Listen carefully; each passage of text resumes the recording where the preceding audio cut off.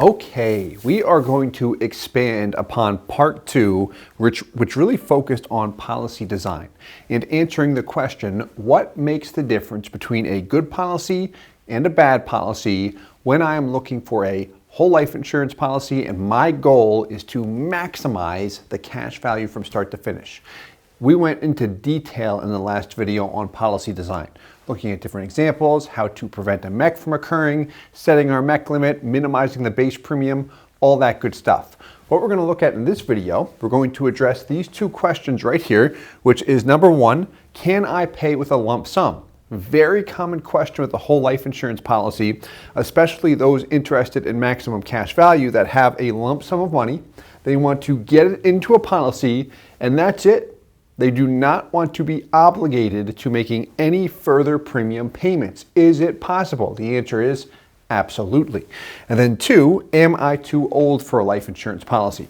So the answer is no. Their health does sometimes come into play, but we're going to answer both of these questions. But what we're going to look at are maximum funded policies, meaning when we design the life insurance policy, the premium, if I have a $10,000 underlying base premium, how much of that shows up in cash value in the first year?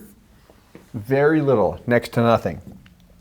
And if I have a $10,000 base premium, how much can I direct toward the PUA component? Typically, $90,000. Some companies will let me put $100,000 on top of the $10,000 so I can 10x the PUA. But that shows up in cash value. So if I want the ability to put in $100,000 per year, that means from the insurance company limitation, I want that 10% base premium. And then from the, and also the 90% PUA and the PUA. But then from the IRS limitation, that MEC limit, what would I want here? At least a $100,000 MEC limit. This allows me to obtain the minimum death benefit possible, which also drives the costs down as low as possible and really hyper grow my cash value. Let's take a look here. We are going to start with the first question, which is, can I pay with a lump sum? The answer is yes. Specifically, what we're going to look at here is a policy on a 40-year-old male, 41-year-old individual actually. This is a female, I'm sorry. But $500,000 total being allocated to the policy. And the consumer's question was, if I have a $500,000 lump sum, what is the most efficient method to fund the life insurance policy, maximizing cash value, and also I want to see how commissions will impact the policy as well. Or what are the commissions based on the design of the policy and how I pay into it? Fair question to ask. Let's look at the different designs. So three options we looked at here. On the left, you see $500,000 over 2 years. Center example, you see $175,000 for the first and second year, followed by $50,000 per year, years 3, 4, and 5, for a total out of pocket of $500,000. And then you see a clean $100,000 per year for 5 years, and you see the total compensation columns as well. Here's what I want to touch on though. As we look at this example, let's begin with the one on the left. We have $250,000 paid into the policy for 2 years, net out of pocket $500,000. Where is my money going? Base premium, $25,000 or 10%. Death benefit, $7.42 million. Where did we come up with that oddball number? $7,420,000. Is that what the $250,000 purchased us? No, not at all. That was the minimum death benefit in order to obtain a 41-year-old female, a MEC limit of $250,000. Because they were only paying or funding the policy with a lump sum, we wanted to solve for the minimum death benefit, again, to minimize the costs and get everything else into cash value. That's how we maximize these products. So, years 1 and 2, a total of $500,000 is paid into the policy. Now, we've got this $25,000 figure in red here, years 3 through 7. What that represents is the underlying base premium on the policy, $25,000 per year, that is not being paid by the consumer. So the annual outlay here is $0 per year. The $25,000 minimum premium is still due. However, because $250,000 was paid into the product the first and second year, the policy has enough cash value where it is generating the guaranteed rate and dividends at a high enough rate of return, high enough interest rate in order to pay that base premium internally. So the policy is paying for itself. Dividends and interest are first directed toward the base premium, and then the excess comes back to cash value. Here's my growth over time. What's highlighted in yellow represents the break-even point. So by year 4, they've recaptured their $500,000 initial payment. Over the first and second year, paid in $500,000, finally catches back up by year 4. Now, after year 7, you'll see two things. One, that $25,000 payment is no longer due. But two, look at your death benefit. It was $7.42 million, and now it is $2.1 million. The reason why is another name for that MEC test is our 7-pay premium test. What this represents is that the first 7 years of a life insurance policy, the vice scripts, call it, from the IRS, are very tight in life insurance policies. Going back to that MEC limit that has a direct relationship to my age and death benefit, if we were to reduce the death benefit, let's say after year 2, after we are no longer funding, say we dropped it down to the minimum, we would run into a modified endowment contract in this particular case. We had to keep the death benefit at the original number for the first 7 years. After that, we could reduce it. We did so by cutting the term rider and also looking at a reduced paid up option, which eliminated the premium altogether. So here, no more payments out of pocket. Here's my cash value. Continues to appreciate over time. So look strong. Here is a method which he can get his $500,000 sitting there in cash, doing nothing for him at all, into the policy as fast as possible and just lets it cook. Now, on the compensation, this policy has the highest base premium.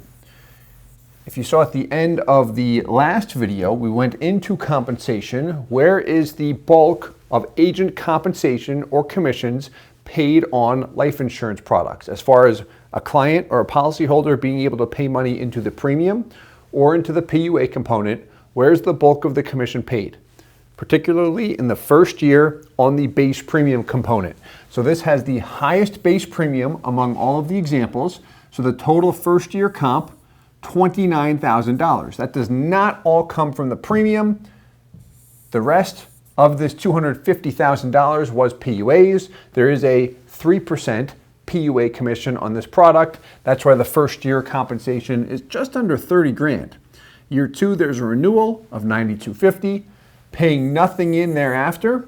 So there's no commissions. We're not paying it by a loan, which would generate a commission.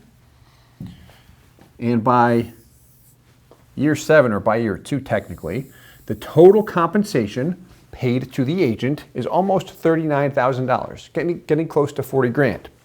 Middle example. Same $500,000 out of pocket, but spread out. $175 years 1 and 2, and then $50K per year thereafter.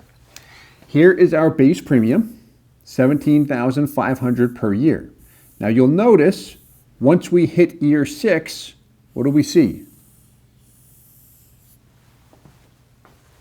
That $17,500 is in red. The reason why is, again, that is the minimum premium that I am not paying as the consumer. I'm allowing the policy to pay for itself through dividends and interest. So, as we compare these two examples, there's a couple things I want to mention. If you're considering funding a policy with a lump sum, this is valuable information to be aware of. Is over here, I have, call it, 4 years of drag on the policy. That $25,000 premium is due, but I am not paying it. In this example, I have 2 years worth of drag on the policy. This lower $17,500 base premium is still due, but I'm not paying it. I covered it through year 5. I also added PUAs into the policy on top of it through the 5th year. So the break-even point is still year 4. At that point in time, I've paid in a total of $450,000, and I have $457,000. And then year 5, I make the last $50,000 payment, total of $500,000, and I've got $526,000. Now by year 5, you can see the difference here. Which one do I have a greater cash value in? Middle example. Also, because I'm only paying in $175,000 per year, my death benefit is at $5.2 million. Here's the valuable piece of information. MEC limit, guess what the dollar amount is? $175,000. That's where we're coming up with these oddball death benefits. So as we look at this, by year 5, I've got more cash value. How about by year 20? Make a quick correction here. Get this duplicated. Much better. Okay. So if we look at it by year 20, what do we see? Which has greater cash value? Middle example, $1,086,000. Example on the left, $1,066,000. So about $20,000 more. Compensation. Lower base premium, less upfront. Pays in through year 5, so there are renewal trails. However, when I look at the total compensation paid to the agent upfront, what do I notice? Less in compensation, but more in cash value for the consumer. This is consistent. And what I'll add to this point here, as far as less compensation to the agent, resulting in greater cash value to the consumer, what is so interesting about that is when you look at the guaranteed cash values, and really any policy, the higher the guaranteed cash value almost always results in a lower commission to the agent, because the guarantees, the guaranteed cash value, how dividends are paid to that, and what could potentially influence the long-term performance of a policy, it's not a factor. So I know that can be confusing, but when you look at the guarantees, lower the commission, greater the cash value for a consumer. All right, let me get back on track here. Let's look at the last example. Put this in green. We have $100,000 per year for 5 years. So $100K per year for 5 years. There we go. $10,000 base premium due through the 5th year. Years 6 and 7, $10,000 base premium is still due, but I am not paying it. I paid $100K per year for 5 years. So I maxed this out with, call it a 10/90 split for 5 consecutive years.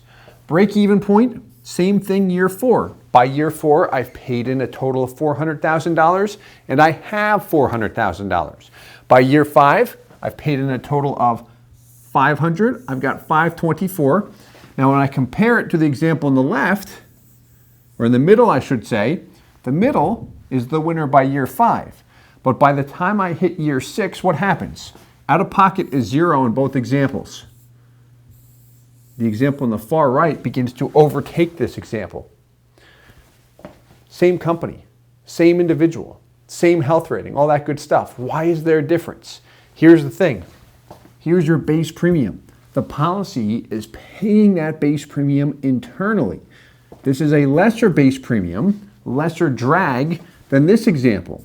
So what happens now, we see optimal performance. And as time passes, if we look at the year 20 mark again, $1,094,000. Over here, $1,086,000, $1,066,000. So by 20 years, there's not a huge difference, but there is a difference. And frankly, if my goal is to maximize a lump sum payment on a life insurance policy, I want to know this kind of stuff up front. Especially when you start to look at a more conservative assumption, a low dividend or guarantees, you'll see it favor this one even more. So it's good to be aware of this. This way I don't buy a product and again find out after the fact it could have been designed differently. Let's close with the compensation, $26,000. Again, keep driving that lower, the greater the value for the consumer. And why I mentioned this is not to say agents make high commissions at the expense of the consumers. No, that's not my intent or intention one bit in this video. The intention is really to provide transparency to see, okay, is it set up properly? What's in my best interest as the consumer? And if I'm curious, consumers have asked us, hey, what do the commissions look like? I don't mind sharing it at all. It's like, hey, you're putting the money in. Thanks so much. It helps me grow my business. Here's exactly how it works. So going back to the original question, can I fund a policy with a lump sum? The answer is absolutely yes. And hopefully that was a nice detailed answer with some visuals. Part 4 coming up next, more on policy design. We're going to address the question, am I too old? Hey guys, Steve Parisi here. If you enjoyed the content you just saw, please subscribe, like, and hit the notification bell for future videos. If you'd like more information or to see some custom policies for yourself, feel free to call or email our offices at the contact information below.